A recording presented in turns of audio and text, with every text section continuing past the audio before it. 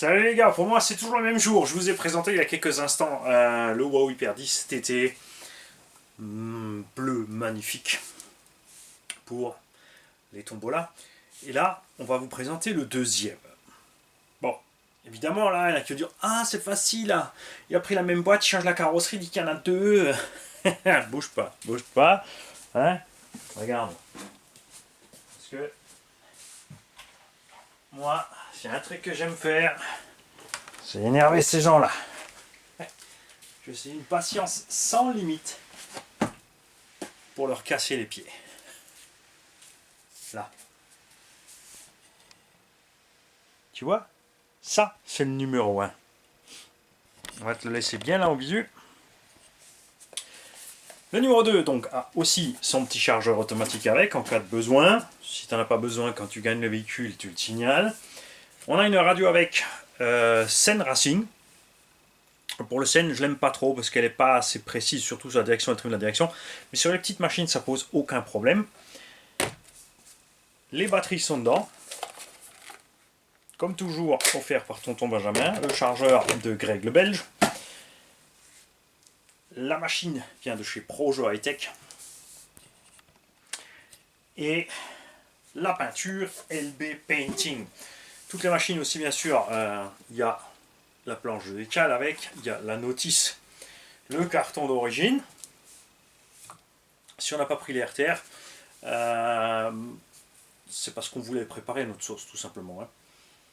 Je dirais que le 10 TT avec le combo RTR 60 A et le 4000 kV va bien. Dans le SC, j'avais trouvé ça trop juste, en fait. J'avais trouvé ça trop juste. Puis au départ, on n'avait pas un budget dans ces zones-là, donc on était parti sur les rollers et on s'est dit on va équiper au fur et à mesure. Entre temps, le budget, parce que les gens, vous avez tous été super généreux. Je rappelle que tous les gens qui ont donné de l'argent pour la cagnotte de cette tombola, de tous ces gens-là, aucun n'a demandé que cette tombola soit limitée aux gens qui donnent dans cette cagnotte. Hein, c'est ouvert à tous, et ça, c'est quand même phénoménal. Et, vous êtes prêts? Je vous rappelle aussi que c'est des véhicules débutants, donc on n'a pas mis trop balèze sur les pattes, sur les puissances, on est en 2S. Celle-ci aussi, évidemment, qui arrive, aura une lipo 2S Z 5200 avec, ça c'est une 6000, mais c'est pas pour celle-là, elle est déjà dedans. Là on avait à 3400 kV et des brouettes, là on a 3500 kV, un moteur Vélignon. On était parti sur le combo Vélignon, par contre Mani n'avait pas réfléchi. Ceci est un Vélignon 2 pôles, il n'y a pas les condos dehors. Il a le capteur, il ne peut donc pas piloter un moteur 4 pôles, tout simplement. On a des ratés d'allumage, si on peut dire, et on n'a pas la pleine puissance. Donc on a modifié ici le variateur. Là-dedans, je rappelle qu'on a un petit Quick-Run 60 A avec 5 fonctions réglables. Là-dedans, on a mis le célèbre petit MH 120 A à 17 fonctions, dont la carte de prog affiche 18. Petit rappel donc sur cette carte de prog, elle ne peut pas afficher le 11. Elle passe direct à 12. Il y a un petit bug. Donc arrivé jusqu'à la fonction 10, tout va bien. Et ensuite, ton 12 et ton 11, ton 13 et ton 12, c'est tout simple. Donc ce que je règle là-dessus, moi par défaut, donc évidemment tu as le sens de rotation avec freinage ou sans, si tu roules sur circuit ou pas. Ce petit variateur est excellent pour les engins courroie par exemple, parce que tu peux vraiment brider plein de paramètres par rapport à la force de démarrage, le punch, etc. Il part vraiment douceur, même quand tout est à fond. C'est pas une brute. Donc moi le 3, 4 et 5, c'est-à-dire le start mode, la puissance minimum pour avancer et partir, c'est-à-dire quand tu touches la gâchette, le minimum de patates qu'il met, dans les TT, là j'ai tout mis à fond. On a laissé dans celui-ci, que vous aurez aussi à gagner, je le rappelle, hein, qu'on a reçu la Tonton, on l'a équipé aussi, avec de l'artillerie équivalente. On a encore une deuxième carrosserie avec neuve qui est déjà peinte par Tonton, qu'on n'a pas encore installée et qu'on va installer. On va évidemment le nettoyer. Lui, il aura en plus, comme il est d'occasion, pour compenser, hein, les pièces de rechange avec. Ensuite, le cut-off, je le mets à 3,2 parce qu'on a roulé sur les petits engins comme ça qui ne consomment pas trop. Effectivement, quand tu es à l'arrêt, tu attends 5 minutes, tu mesures, tu es à 3,5, c'est cool. Parce qu'on ne tire pas trop de jus. Tu peux les rouler en 3S, les deux évidemment. Hein. On a les pignons d'origine de 12 dessus. Vu que le 4000 kV avec le pignon de 12, on est à peu près dans les 55-57. Là, je table sur un petit 50 en 2S, ce qui est pas trop violent pour un débutant. Règle de base d'engagement, les mecs, tu roules pas devant chez toi entre les trottoirs, les lampadaires, les gens et les pneus des bagnoles sur les parkings. Hein. Un pneu de bagnole, c'est pas comme ça. C'est plus dur qu'un poteau en acier. Tu as une surface sphérique, ton point d'impact est sur 1 mm², même pas. Donc c'est destructeur pour ta RC. Genre, il y a de la pression pneumatique dedans, le poids du véhicule dessus, ton pneu est dur comme du béton. Méfiez-vous. Hein. Donc, tu te mets dans une aire dégagée, petit terrain communal, le mieux toujours avant d'aller demander si tu peux le faire là-bas. Hein? Tranquillou. Lui aussi, il aura de la petite surprise de chez Hervé, puisque j'avais dit ce que je voulais pour les véhicules débutants et petit budget, c'est l'idéal d'avoir des pneus toute surface, où tu peux tout faire avec, hein, qui n'ont pas trop de grippe dans l'herbe, qui ont un grip suffisant dans le sable. Le sable, c'est toujours ce qu'il y a de plus glissant et qui se bouffe pas trop vite sur le goudron. Donc sur le 10SC, c'est la machine qui suivra. Il y a ça dessus d'origine, mais sur les 10 TT, on a ici les petits picots. Là, évidemment, si tu roules sur goudron, tu vas les flinguer en moins de 2 dans le sable et l'herbe, surtout dans l'herbe, hein, dur à de vie, des plombes, les mecs, des plombes. Le deuxième, tout comme le premier, c'est électronique waterproof. Mais je vais te donner mes conseils, évite l'eau. Moins d'entretien, pas de rouille, rien qui grippe, pas de mauvaise blague. Et la dernière fonction à régler là-dessus, c'est éventuellement la plage de neutre. Selon la radio que tu as, la plage de neutre par défaut est très petite, c'est 3%. Donc c'est pour des radios qui ont vraiment une très bonne qualité. Sur le potard et l'ajustement du neutre. Donc généralement je les passe entre 6 et 9 selon la radio. Ça dépend. Tu verras tout de suite, de toute façon, quand tu mets en route, tu as réglé. Ton neutre est automatique, tu mets en route, et ensuite, si tu roules, tu lâches ou tu freines, et ensuite le véhicule se déplace encore un peu, c'est que ta plage de neutre n'est pas assez large pour la radio que tu utilises. Il s'y perd un petit peu. Sur le coup, tu peux tricher un peu avec le trim, mais c'est plus simple d'avoir la carte de proc si vous commandez ces petits Vario MH 120 ampères qui sont à peu près à 17 € livrés. Ceux-là, prenez la carte de prog avec. Ils sont affichés jusqu'à 4S. Ouais. Le moteur le plus gros que j'y mettrais, moi, c'est ça, 3674 en 4S, j'ai essayé. Patapouf a ici un 4274 et RC Baji aussi. Ils ont dit, bon, ça chauffe, mais l'animal, il y arrive. Évidemment, au bout d'un moment, ça va être trop, il va cramer. Donc restez sur du 2, du 3S, mettez pas des moteurs avec trop de kV, ou si vous mettez avec beaucoup de kV, pas trop de S, et un pignon adéquat toujours. Moi, j'aime bien faire des setups comme ça, on n'est pas trop balèze, on consomme pas trop. On va avoir une bonne autonomie. On a fait le run là-bas avec une Z. On a après setup équivalent sur les trois. Je crois qu'on avait fait 20 ou 25 minutes dans la prairie. Pourtant, on allumait bien sur le petit circuit. Ça se passait bien. On avait suffisamment de punch pour l'assiette en l'air. Comme dit, c'est moins de patates que ce qu'on peut avoir sur les petits quick run. Là, c'est un peu plus long la réaction, mais c'est pas plus mal pour la méca parce que la méca a le temps de se mettre, les dents ont le temps de se toucher, de se presser l'une contre l'autre, comme en thermique, ça va arriver un peu plus lentement avant de partir dans les tours. C'est pas plus mal. Marche arrière, tranquille aussi, on n'a pas forcé, on est toujours dans les 50%. Éventuellement c'est mieux quand tu es débutant de descendre à 25, mais souvent on a remarqué en TT, à 25%, quand tu es contre quelque chose, quand tu es bloqué dans une petite ornière, un petit trou, un petit peu d'herbe haute, bah tu sors plus. Hein. Après, c'est pas plus mal peut-être de bloquer carrément la marche arrière pour les ptios pour qu'ils s'appliquent à conduire, qu'ils se disent à un moment que si je suis coincé contre un arbre ou un poteau ou autre chose, je vais devoir aller la chercher. Donc ils vont peut-être faire plus gaffe de ne pas heurter quelque chose. T'as pas tort, faudra enlever la marche arrière à manie. Comme ça, il ferait peut-être plus attention aussi. Tu as tout à fait raison. Voilà, ça c'est les fonctions principales que j'utilise sur ça. C'était juste un petit rappel, puisqu'il y en a un là-dedans et il y en a un dans le véhicule d'occasion. Donc les gagnants, je vous invite à acheter cette petite carte de programmation. Elle vaut 5 ou 6 € livrée. Hein.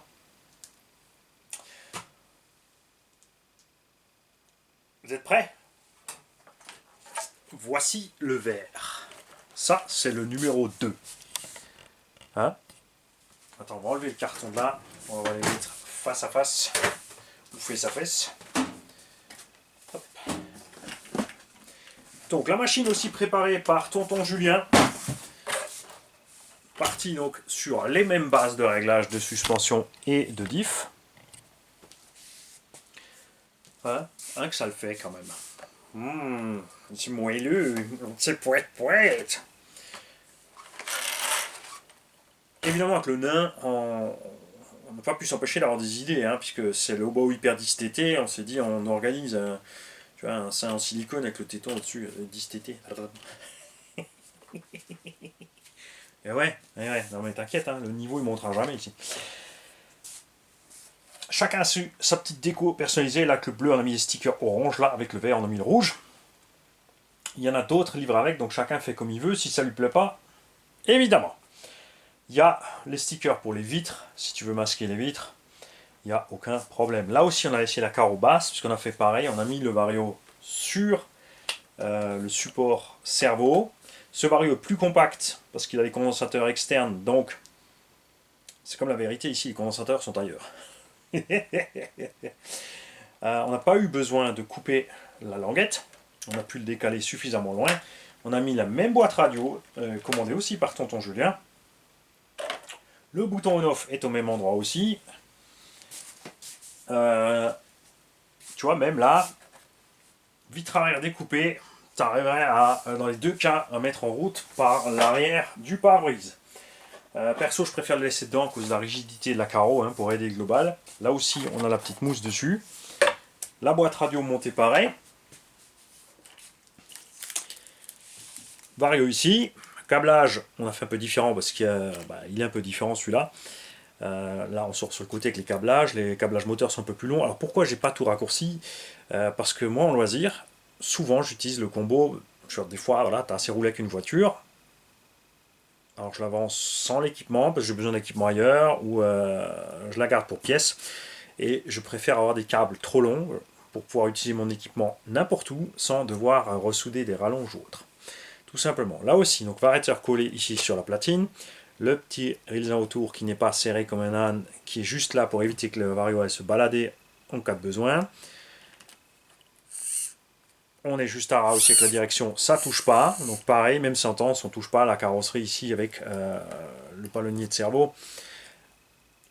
On a laissé les plastocs parce que ça va bien sur le 10TT. Il est léger, le sauve-cerveau est bien détendu, tout va bien. Pas de tube d'antenne aussi non plus, comme dans le premier, pour pas aller rayer la carreau. Généralement, je laisse juste un petit bout d'antenne détendu comme ça dehors. Il va aller se promener de nulle part, il n'y a pas de risque. Prends toujours ton temps de bien fixer tes câbles de batterie, bien fixer ta batterie. L'équilibreur là, tu vois, tu peux le coincer dedans, il y a large la place, tu serres bien tes sangles. Et t'es bien.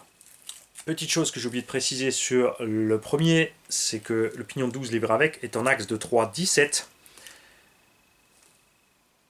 Et ça c'est assez rigolo parce que sur le 10 SC, j'avais reçu un pignon qui était en axe de 5 avec un esclave, c'est-à-dire un tube dedans qui fait 3,17 de diamètre intérieur et 5 de diamètre extérieur, avec évidemment la petite perforation dedans pour le BTR. Je te parle de ça parce que si tu passes sur des pignons plus gros, pense-y, achète le pignon avec le petit esclave qui va bien. Je dois en avoir par là, je vais te montrer à quoi ça ressemble. Tu saches quand même de quoi on parle. J'en ai plus en fait.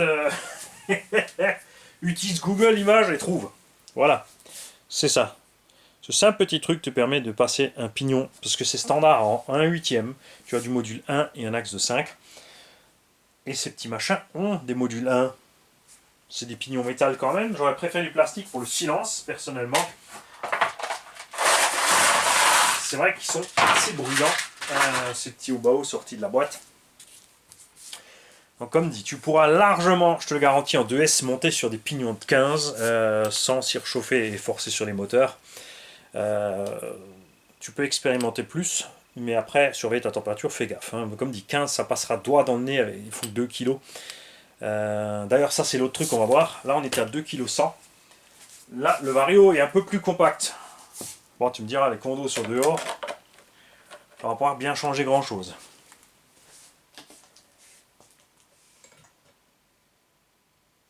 Pareil, hein, 2 kg 100. 32 exactement, l'autre c'était 2 kg 152 exactement. Il y a 20 grammes de différence, tiens. C'est marrant.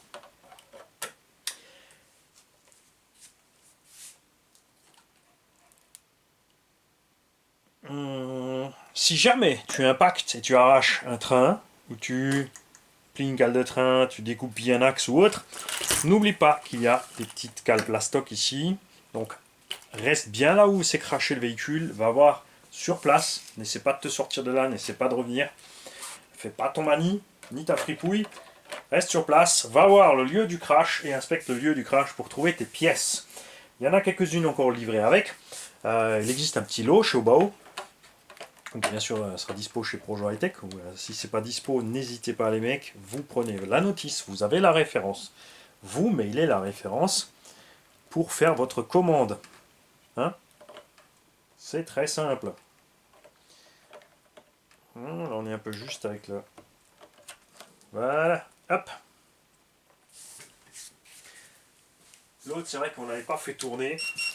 On va checker ça. Radio bip bip. Mario, t'attends qu'il ait fait son Super Nintendo. Voilà, direction. C'est pas des foudres de guerre, les cerveaux. Suffit large pour ces engins. Et qui fonctionne bien. Frein bien balèze. Si tu freines fort, ça freine fort. Si tu freines doucement, ça freine doucement. Marche arrière. Large assez aussi. Là, on a la batterie dedans. C'est vrai que l'autre, on n'avait pas fait atterrir avec la batterie dedans. C'est pas mal. Les pneus, comme dit, absorbent beaucoup les chocs et rebondissent aussi un petit peu. Mais vous allez voir, le comportement, pour ceux qui ont gagné la machine, qui gagneront ces machines, niveau comportement, donnez-moi vos retours les mecs. Hein. Je suis vraiment curieux de savoir ce que vous en pensez, si vous aimez ou pas. Très important aussi sera de signaler si vous avez évidemment déjà des RC, ou si c'est votre première RC. Signalez si vous avez besoin de la batterie du chargeur ou pas. Si vous avez besoin d'autres prises, parce que vous avez déjà un système de batterie, n'importe quoi, hein, j'ai tout. J'ai du XT 60, ouais c'est ça. Non, c'est pas du XT, ça c'est du DIN T-Plug. J'ai du XT60, du XT90, du EC3, du EC5, XT150 et j'ai même du EC8, c'est pour ceux qui ont besoin à l'extrême. Mais là-dedans, c'est sûr que ça va être overkill. Si tu veux savoir comment rehausser ta carreau, tu vas voir la vidéo numéro 1. Là-bas, j'ai expliqué comment rehausser la carreau. Et pour le jeu, ça sera de même que celle-là. On posera des questions sur une série vidéo qui sera passée invisible au moment du jeu. Oh oh. Oh oh. Et c'est vrai que là on est un peu court avant Noël. De toute façon, alors j'avais dit, de toute façon, ce que j'ai dit sur la vidéo de la bleue aussi, je préfère les expédier de toute façon en janvier, courant janvier, pour être tranquille avec le trop plein de colis chez les transporteurs. Ça sera peut-être même fin janvier, début février, pour une raison très simple. J'avais pas pensé au délai. Et on va se décider, tiens, on va faire comme ça. En ce moment-là est en ligne, c'est sorti tous les midis pendant 15 jours, hein, donc ça fait pas trop de vidéos, ça en fait, sauf le mercredi, puisque mercredi c'est le midi de Papa RC, donc lundi, mardi, jeudi, vendredi, samedi, 5 jours, 10, il y a 10 vidéos, du montage du Losi 10CTE. Et les questions porteront sur cette série de montage. Dedans, il y a plein de choses. Il y a des infos, il y a des boulettes, il y a des façons de faire différentes. Regardez cette série vidéo. Comme dit, il y en a une dizaine, il y en a 9 de montage et il y en a une du véhicule fini. On va localiser les questions sur cette série vidéo. De ce fait, vous avez le temps. Je vais vous laisser le temps de les visionner. Regardez-les bien. Elles passeront invisibles. Et une fois seulement que ça sera invisible, il y aura les questions. Ça va faire mal, ça va faire mal. Comme toujours, il n'y aura pas qu'un seul qui va trouver. Je vais poser des questions. On va pas partir sur des trucs pas possibles pour les questions. On va rester sur des trucs simples. Il y aura plusieurs, je pense, qui vont trouver, enfin normalement. Et on fera donc un tirage au sort. Ouais, moi j'aime bien. Hein, ça va écrémer pour les questions, ça va écrémer sur le tirage. Moyen bon. Ça sert à quoi? Ça sert à récompenser les gens qui suivent, qui sont assidus. Le fait de regarder les vidéos de les laisser tourner surtout, vous virez Adblock, vous laissez tourner, ben, ça aide, ça permet le budget de toutes ces choses. C'est aussi simple que ça. Et laisser tourner, ça coûte rien. Je préfère largement ça à un abonnement qui va empêcher certains de voir toutes les vidéos. Cette espèce de truc de privilégier les gens, je supporte pas. Personne, il y a personne qui est mieux qu'un autre. Genre, les êtres humains sont des animaux. Il n'y a pas de catégorie végétale, animaux, humains. Ça n'existe pas. C'est végétaux et humains. Bon, il y a encore les champignons, ça c'est autre chose. Et il n'y a personne. Personne n'est mieux que toi. Ça c'est un truc que tu dois. Ça doit t'ancrer là-dedans. On est tous pareils et surtout pas parce qu'il a les moyens et toi pas. Quand on te propose de payer un supplément pour passer devant les autres, ça c'est moche. Ça c'est un endroit où moi je me désabonne direct. C'est comme ça. Les mecs, regardez les 9 ou 10 vidéos du Lozi Tennessee. Regardez-les bien. Faites des notes, prenez-vous le temps. Voilà, c'est des devoirs, mais je veux dire, il y a un prix à la clé. Là, vous allez avoir quand même en gros 450-500 balles de matos. On va dire 450. On a payé les châssis dans les 200 euros, il y a l'électronique qui est à bord, bien sûr ça a été organisé pour les tontons, mais c'est pour que vous ayez une idée de valeur. Il y a la radio, il y a le chargeur, il y a la batterie, les frais de port, la peinture. Donc en gros, ouais, 450 euros par machine. Un peu plus pour le 10cc parce que le châssis, le roller à poil est un peu plus cher. Faut les mériter. Faut les mériter, ça va pas tomber du ciel. Comme dit, il n'y a pas de chance, il y a de la persévérance. Salut à tous.